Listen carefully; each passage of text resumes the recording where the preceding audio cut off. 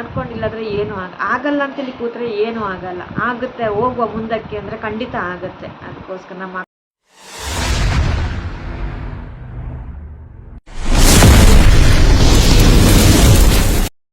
Hi hello welcome back my YouTube channel. ಯಾರೇ ಹೊಸೊಬ್ಬರು video ನೋಡಿದ್ರು subscribe ಮಾಡಿ ವಿಡಿಯೋ ನೋಡಿ, ಹಾಗೆಯೇ ಪಕ್ಕದಲ್ಲಿರೋ ಬೆಲ್ ಬಟನ್ ಒತ್ತಿ ನಾವು ಯಾವುದೇ ವಿಡಿಯೋ ಹಾಕಿದ್ರು ನೀವು ಫಸ್ಟ್ ನೋಡ್ಬೋದು. ಹಾಗೆ ನೋಡಿ ಒಂದು ಕಮೆಂಟ್ ಹಾಕಿ, ಹಾಗೆ ಲೈಕ್ ಕೊಡೋದನ್ನ ಮಾತ್ರ ಮರಿಬೇಡಿ, ಓಕೆನಾ? ಹಾಗೆ ನಾನು ಇನ್ನೊಂದು ವಿಡಿಯೋ ಹಾಕಿದ್ದೆ, ಎಲ್ಲರೂ ನೋಡಿ ಯಾಕೆ ವಿಡಿಯೋ ಎಂಡ್ ಮಾಡ್ತಾಯಿದ್ರೆ, ಯಾಕೆ ಯೂಟ್ಯೂಬ್ ಎಂಡ್ ಇದು ಮಾಡ್ತಾರೆ, ವಿಡಿಯೋ ಮಾಡ್ತಾ ಇಲ್ವಾ ಇನ್ನು ಅಂತೇಳಿ ಹೆಚ್ಚಿನವ್ರು ಕೇಳ್ತಾ ಇದ್ದಾರೆ. ಹಾಗೆಯೇ ಫೋನು ನಾವು ಫ್ಯಾಮಿಲೀಸ್ ಫೋನು ಹಾಗೆಯೇ ಬಂತು, ನನ್ನ ಫ್ರೆಂಡ್ಸ್ ಆಗಲಿ ಎಲ್ಲರೂ ಕೇಳಿದ್ರು ಯಾಕೆ ಅಂತೇಳಿ. ಅದನ್ನು ಕರೆಕ್ಟಾಗಿ ವಿಡಿಯೋ ನೋಡ್ಕೊಳ್ಳಿ, ಏನು ವಿಡಿಯೋ ಎಂಡ್ ಆಗುತ್ತಾ ಅಂತೇಳಿ. ಚಾನ್ಸೇ ಇಲ್ಲ ಎಂಡ್ ಮಾಡೋಕ್ಕೆ. ನಾನು ಎಂಡ್ ಮಾಡೋಕ್ಕೆ ತುಂಬ ಕಷ್ಟಪಟ್ಟಿದ್ದೀನಿ ಈ ಚಾನಲ್ ಮಾಡ್ಕೊಳ್ಳೋಕ್ಕೆ. ಏನು ಬೇಕಂತೂ ಈ ಚಾನಲೆಲ್ಲ ನಾನು ಕಷ್ಟಪಟ್ಟಿದ್ದು, ನೀವು ನನಗೆ ಸಪೋರ್ಟ್ ಮಾಡಿದ್ದು, ಅದನ್ನು ನಾನು ಮರೆಯೋಕ್ಕಾಗುತ್ತಾ? ಖಂಡಿತವಾಗ್ಲೂ ಮರೆಯೋಕ್ಕಾಗಲ್ಲ. ನಾನಂತೂ ಕ್ಲೋಸ್ ಮಾಡೋ ಸೀನ್ನೇ ಇಲ್ಲ, ಓಕೆನಾ? ಯಾವತ್ತಿದ್ರೂ ಎಷ್ಟೇ ಕಷ್ಟ ಬಂದರೂ ವೀಡಿಯೋಸ್ ಮಾಡ್ತೀನಿ, ನನಗೆ ಸಾಧ್ಯವಾದಷ್ಟು ಹಾಕ್ತೀನಿ. ನಾನು ಎಂಡ್ ಮಾಡೋಕ್ಕೆ ಹೋಗಲ್ಲ. ಅಂಥ ಸಿಚುವೇಶನ್ ಬರುವಾಗ ನಿಮಗೆ ಹೇಳ್ತೀನಿ, ನಾನು ಬರಬಾರ್ದು. ಎಂಡಂತೂ ಮಾಡಲ್ಲ, ಯೂಟ್ಯೂಬ್ ವೀಡಿಯೋ ಮಾಡ್ತೀನಿ, ಓಕೆನಾ? ಹಾಗೆಯೇ ವೀಡಿಯೋನ ಕರೆಕ್ಟ್ ನೋಡಿ, ಅದರಲ್ಲಿ ಏನು ಹೇಳಿದ್ದೀನಿ ಅಂತೇಳಿ ಪದೇ ಹೇಳ್ತಾ ಇದ್ದೀನಿ. ಸಪೋರ್ಟ್ ಮಾಡಿ, ವೀಡಿಯೋಸ್ಗೆ ಸಪೋರ್ಟ್ ಮಾಡಿ ಅಂತೇಳಿ. ಅದರಲ್ಲಿ ಅರ್ಥ ಇದೆ, ಅದು ಏನು ಎಂಡ್ ಅಂತೇಳಿ, ಓಕೆನಾ?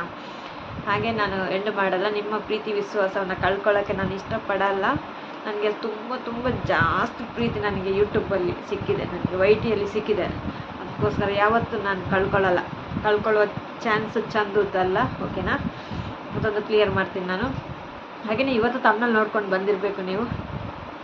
ನಿಮ್ಮ ಚಾನಲ್ನ ನೀವು ಯಾವತ್ತೂ ಕಳ್ಕೊಬೇಡಿ ಅಂದರೆ ಅದನ್ನು ನಾಳೆ ದಿನ ನನ್ನ ಚಾನಲ್ಗೆ ಹಾಗಾಯಿತು ಹೀಗಾಯಿತು ಅಂತೇಳಿ ಯಾರೂ ಹೇಳಬೇಡಿ. ಇವಾಗಲೇ ಜಾಗೃತಿ ಮಾಡಿ, ಇವಾಗಲೇ ಅದಕ್ಕೆ ನಿಮಗೆ ಸಬ್ಸ್ಕ್ರೈಬ್ ಬೇಕಾ? ನೀವು ಶಾರ್ಟ್ಸ್ ವಿಡಿಯೋ ಆಗಲಿ ಒಳ್ಳೊಳ್ಳೆ ಕಂಟೆಂಟ್ ಆಗಲಿ ಏನಾದರೂ ಯೂಸ್ ಮಾಡಿಕೊಂಡು ಶಾರ್ಟ್ಸ್ ವಿಡಿಯೋನ ಹಾಕ್ತಾಯಿರಿ. ಫಸ್ಟ್ ನಿಮ್ಮನ್ನು ನೀವು ಮುಖ ತೋರಿಸ್ಕೊಂಡು ನೀವು ಯೂಟ್ಯೂಬನ್ನ ಸ್ಟಾರ್ಟ್ ಮಾಡಿ. ಆವಾಗ ನಿಮಗೆ ಒಳ್ಳೆಯ ರೆಸ್ಪಾನ್ಸ್ ಆಗಲಿ, ಒಳ್ಳೆಯ ಜನಗಳಿಂದ ವೀಡಿಯೋಸು ನಿಮಗೆ ರೆಸ್ಪಾನ್ಸ್ ಬರುತ್ತೆ, ವಿಡಿಯೋ ಚೆನ್ನಾಗಿ ಓಡುತ್ತೆ. ಫೇಸ್ ಮಾಡಿ, ಏನೂ ಆಗಲ್ಲ. ಈ ಫೇಕ್ ಐಡಿಗಳನ್ನೆಲ್ಲ ತಲೆ ಕೆಡಿಸ್ಕೋಬೇಡಿ. ಯಾಕಂದರೆ ಮತ್ತು ಈ ದುಡ್ಡು ಕೊಟ್ಟು ಎಲ್ಲ ಮಾಡಿಸ್ತಾರಲ್ಲ, ನೀವು ಮಾಡ್ಕೊಳ್ಳೋಕ್ಕೆ ಹೋಗಬೇಡಿ. ನಿಮ್ಮ ಶ್ರಮದಲ್ಲಿ ನೀವು ಮಾಡಿ. ಒಂದು ಚಾನಲ್ ಅಂತೇಳಿ ನಾವು ಯಾಕೆ ಮಾಡ್ಕೋತೇವೆ ಅಂದರೆ ನಮ್ಮನ್ನು ನಾವು ಟ್ಯಾಲೆಂಟನ್ನು ನಾವು ಪ್ರೂವ್ ಮಾಡ್ಕೋಬೇಕು. ಇನ್ನೊಂದು ನಮಗೆ ಎಷ್ಟು ಜನ ಪ್ರೀತಿ ವಿಶ್ವಾಸ ಕೊಡ್ತಾರೆ ಅಂತೇಳಿ ನಾವು ಅರ್ಥ ಮಾಡ್ಕೋಬೇಕು. ಅರ್ಥ ಮಾಡ್ಕೊಳ್ಳೋಕ್ಕೆ ನಮಗೆ ಒಂದು ಚಾನ್ಸ್ ಇದು, ಒಂದು ಸ್ಟೇಜ್ ಇದು. ಹಾಗೆ ನಮ್ಮ ಟ್ಯಾಲೆಂಟ್ ಏನೇ ಇದ್ರೂ ಒಂದು ಶಾರ್ಟ್ಸ್ ವಿಡಿಯೋ ಮಾಡ್ತೀವಿ ಅಂದರೆ ಅದರಲ್ಲಿ ನಮಗೆ ನಾವೇ ನೋಡ್ಕೋತೀವಿ, ನಮಗೆ ಇಷ್ಟು ಮಾಡೋಕ್ಕೆ ಸಾಧ್ಯನಾ ಅಂತೇಳಿ ನಾನೇ ಯೋಚನೆ ಮಾಡಿದ್ದೀನಿ ತುಂಬ ಸಲ. ಅದಕ್ಕೆ ಶಾರ್ಟ್ಸ್ ವಿಡಿಯೋ ಮಾಡಿ ಹಾಕಿ, ಏನಾಗಲ್ಲ. ಯೂಟ್ಯೂಬಲ್ಲಿ ಬಂದವರೆಲ್ಲ ಕೆಟ್ಟವರು ಅಂತೇಳಿ ಕೆಲವರು ನನಗೂ ಬಂದಿದೆ ಅದು ಮಾತು.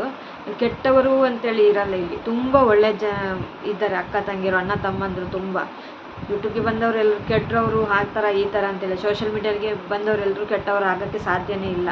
ತುಂಬ ತಿಳ್ಕೊಂಡಿರ್ತಾರೆ, ತುಂಬ ಹೆಂಗಿರಬೇಕು ಅಂತೇಳಿ ಎಲ್ಲ ಗೊತ್ತಿರುತ್ತೆ, ಓಕೆನಾ? ಅದಕ್ಕೆ ನಾನು ಹೇಳ್ತಾ ಇದ್ದೀನಿ, ನೀವು ಯಾವತ್ತೂ ಯೂಟ್ಯೂಬ್ ನಿಮ್ಮ ಚಾನಲ್ನ ನೀವು ಕಳ್ಕೊಬೇಡಿ. ಹಾಗೆಯೇ ದುಡ್ಡು ಕೊಟ್ಟಂತೂ ನೀವು ಮಾಡ್ಸೋಕ್ಕೆ ಹೋಗಬೇಡಿ. ಆದಷ್ಟು ನಿಮ್ಮ ಕೈಯಲ್ಲಿ ಏನು ಎಫರ್ಟ್ ಹಾಕೋಕ್ಕಾಗುತ್ತಾ ಅದನ್ನು ಹಾಕಿ ನೋಡಿ, ಟ್ರೈ ಮಾಡಿ. ವಿಡಿಯೋ ಆಗಲಿ, ಶಾರ್ಟ್ಸ್ ವಿಡಿಯೋ ಆಗಲಿ, ಸಬ್ಸ್ಕ್ರೈಬ್ ಬೇಕೋ ನೀವು ಶಾರ್ಟ್ಸ್ ವಿಡಿಯೋ ಹಾಕಿ, ಕಷ್ಟಪಡಿ. ಮತ್ತು ಒಂದು ಚಾನಲ್ಗೆ ಹೋಗಿ, ಒಂದು ಲೈವ್ ಆಗ್ತಾ ಇರುತ್ತೆ, ಒಂದು ಚಾನಲ್ಗೆ ಹೋಗಿ ನನಗೆ ಕನೆಕ್ಟ್ ಆಗಿ ಅಂತ ಕೇಳೋಕ್ಕೆ ಹೋಗಬೇಡಿ. ನೀವು ನೋಡ್ತೀರಾ, ಅವರ ಚಾನಲ್ ನಿಮ್ಗೆ ಇಷ್ಟ ಆಯಿತಾ, ಹೋಗಿ ಅವರ ಚಾನಲ್ಗೆ ಹೋಗಿ ಒಂದು ಸಬ್ಸ್ಕ್ರೈಬ್ ಕೊಟ್ಟು ಒಂದು ಬೆಲ್ ಬಟನ್ನ ಒತ್ತಿ ವಿಡಿಯೋ ನೋಡಿ ಬನ್ನಿ, ಓಕೆನಾ? ವಿಡಿಯೋ ನೋಡಿ ಸಬ್ಸ್ಕ್ರೈಬ್ ಮಾಡ್ಕೊಂಡು ಬೆಲ್ ಬಟನ್ ಒತ್ತಿ ಬರಬೇಕು. ಏನು ಲೆಸ್ ಆಗಲ್ಲ. ಕಷ್ಟಪಟ್ಟರೆ ಮಾತ್ರ ಯಾವುದ್ರಲ್ಲೂ ಹಾಗೆಯೇ ಕಷ್ಟಪಟ್ಟರೆ ಮಾತ್ರ ಸ್ವಲ್ಪ ಅದ್ರ ಮೇಲೆ ಬರೋಕ್ಕೆ ಸಾಧ್ಯ ಆಗೋದು. ನಾವೂ ಏನು ಜಾಸ್ತಿ ಟೈಮ್ ಆಗಿಲ್ಲ, 1 ವರ್ಷವೂ ಆಗಿಲ್ಲ ನಾನು ಯೂಟ್ಯೂಬ್ಗೆ ಬಂದು. ನನಗೆ ಇಂಗ್ಲೀಷ್ ಅಂತೂ ಬರೋದೇ ಇಲ್ಲ. ನಾನಂತೂ ಸ್ಕೂಲಿಗೆ ಹೋಗಿ ತುಂಬ ಕಡಿಮೆ ಹೋಗಿದ್ದು, ಇಂಗ್ಲೀಷ್ ಅಂತೂ ಕಲಿತೇ ಇಲ್ಲ. ಆದರೆ ಯೂಟ್ಯೂಬಿಗೆ ಬಂದು ತುಂಬ ಕಲ್ತ್ಕೊಂಡಿದ್ದೀನಿ. ನನಗೆ ಸಪೋರ್ಟ್ ಮಾಡಿದ್ದಾರೆ.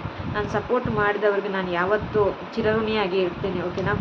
ಹಾಗೆ ನನಗೆ ಸಪೋರ್ಟ್ ಮಾಡಿದವ್ರಿಗೋಸ್ಕರ ನಾನು ಚಾನಲ್ ಇವಾಗ ಬಿಟ್ಕೊಟ್ರೆ ಆಗುತ್ತಾ? ಕಷ್ಟಪಟ್ಟಿದ್ದೇನಲ್ವ, ತುಂಬ ಕಷ್ಟಪಟ್ಟಿದ್ದೇನೆ. ಹಾಗೆಯೇ ಸಪೋರ್ಟ್ ಮಾಡಿದ್ದಾರೆ, ಕಷ್ಟಪಟ್ಟು ಸಪೋರ್ಟ್ ಮಾಡಿದ್ದಾರೆ ಅಂಥವ್ರಿಗೆಲ್ಲ ನೀವು ಲಾಸ್ಟಿಗೆ ದುಡ್ಡು ಕೊಟ್ಟು ಮೋನ ಮಾಡಿಸ್ಕೊಳ್ಳೋದು, ಹಾಗೆಯೇ ದುಡ್ಡು ಕೊಟ್ಟು ಸಬ್ಸ್ಕ್ರೈಬ್ ತಗೊಳ್ಳೋದು, ಹಾಗೆಯೇ ದುಡ್ಡು ಕೊಟ್ಟು ವಾಚ್ ಅವರ್ ತಗೊಳ್ಳೋದು, ಅದೆಲ್ಲ ಮಾಡೋಕ್ಕೆ ಹೋಗ್ಬೇಡಿ. ವಾಚ್ ಅವರ್ ತಗೊಂಡು ಅದನ್ನು ತಗೊಂಡ್ರೆ ನಿಮಗೆ ಲಾಸ್ ಆಗುತ್ತೆ. ಒಂದು ದಿವಸ ನಿಮ್ಮ ಚಾನೆಲ್ ಡಮಾರ್ ಆಗುತ್ತೆ. ಅವಾಗ ಏನು ಮಾಡ್ತೀರಾ? ಯಾರ ಹತ್ರ ಕೇಳಕ್ಕೆ ಹೋಗ್ತೀರಾ?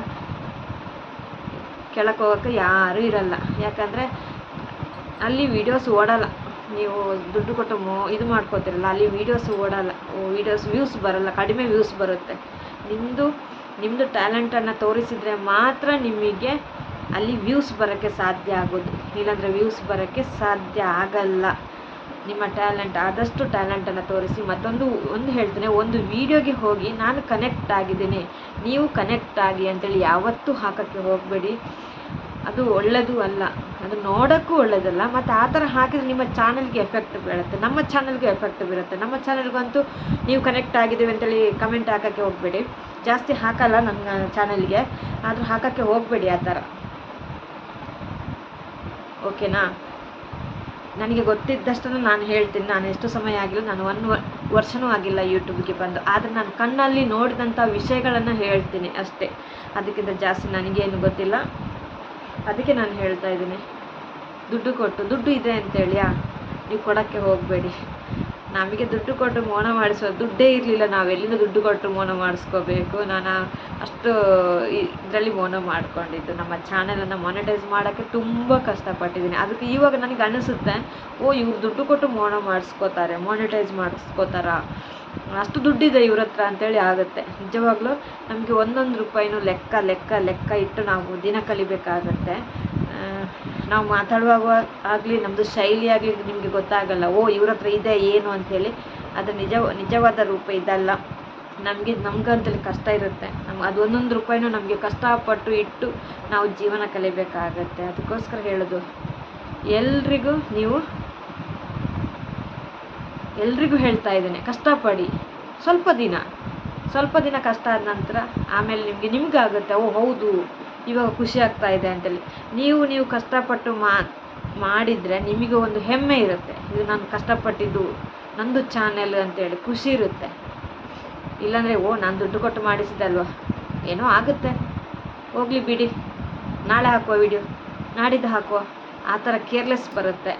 ಅದಕ್ಕೋಸ್ಕರ ನೀವು ಆ ಥರ ಹೇಳಬೇಡಿ, ಓಕೆನಾ? ಆ ಥರ ಮಾಡೋಕ್ಕೆ ಹೋಗಬೇಡಿ.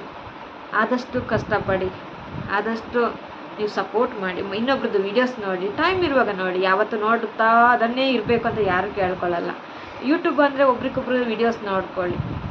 ಖಾಲಿ ಇವ್ರದ್ದಂತಲ್ಲ, ಯೂಟ್ಯೂಬ್ ತುಂಬ ದೊಡ್ಡದು, ತುಂಬ ಜನ ಇದ್ದಾರೆ, ಸಮುದ್ರನೇ ದೊಡ್ಡ. ಎಷ್ಟೋ ಜನರಿದ್ದಾರೆ, ಎಷ್ಟೋ ಜನರದ್ದು ವೀಡಿಯೋಸ್ ನೋಡ್ಕೋಬೋದು.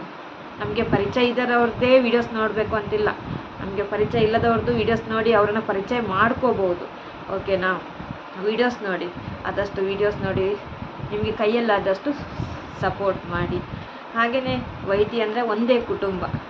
ಇಲ್ಲಿ ಏನಾಗ್ತಾಯಿದೆ ಅಂದರೆ ಇವಾಗ ತುಂಬ ಭೇದ ಭಾವ ಮಾಡ್ತಾರೆ. ಅವಳು ಹಾಗೆ, ಇವಳು ಹೀಗೆ, ಇವಳ ಲೈವ್ಗೆ ಹೋಗ್ಬಿಡಿ, ಅವಳ ಲೈವ್ಗೆ ಹೋಗಿ, ಆ ಥರ ಯಾತ್ರೆ ಮಾಡ್ಕೋಬೇಡಿ. ಯಾಕಂದರೆ ಅಲ್ಲಿ ಮಾನಿಟೈಸ್ ಆದ ನಂತರ ಮಾನಿಟೈಸ್ ಆದವರು ಹೋಗ್ತಾ ಇರ್ತಾರೆ, ಅವರು ವೀಡಿಯೋಸ್ ಹಾಕ್ತಾ ಇರ್ತಾರೆ, ಅವ್ರು ಮತ್ತೆ ಕಣ್ಣಿಗೆ ಕಾಣಿಸಲ್ಲ. ಸುಮ್ಮನೆ ದುಶ್ಮನ್ ಮಾಡ್ಕೊಂಡು ಏನು ಪ್ರಯೋಜನ ಬಂತು? ಅಲ್ಲಿ ಏನು ಪ್ರಯೋಜನ ಬಂದಿಲ್ಲ. ಅದಕ್ಕೋಸ್ಕರ ನಾನು ಹೇಳ್ತಾ ಇದ್ದೀನಿ, ನನಗೆ ತಿಳಿದ ಮಸ್ತಿಗೆ ನಾನು ಹೇಳ್ತಾ ಇದ್ದೀನಿ, ನೀವು ಯಾವತ್ತೂ ಅವರ ಇದಕ್ಕೆ ಹೋಗಬೇಡಿ, ಅವರ ವೀಡಿಯೋಸ್ ನೋಡಬೇಡಿ, ಆ ಥರ ಎಲ್ಲ ಅಂದ್ಕೋಬೇಡಿ. ಒಬ್ಬರ ಮುಖ ಒಬ್ಬರು ನೋಡ್ತಾ ಇಲ್ಲ ಇಲ್ಲಿ.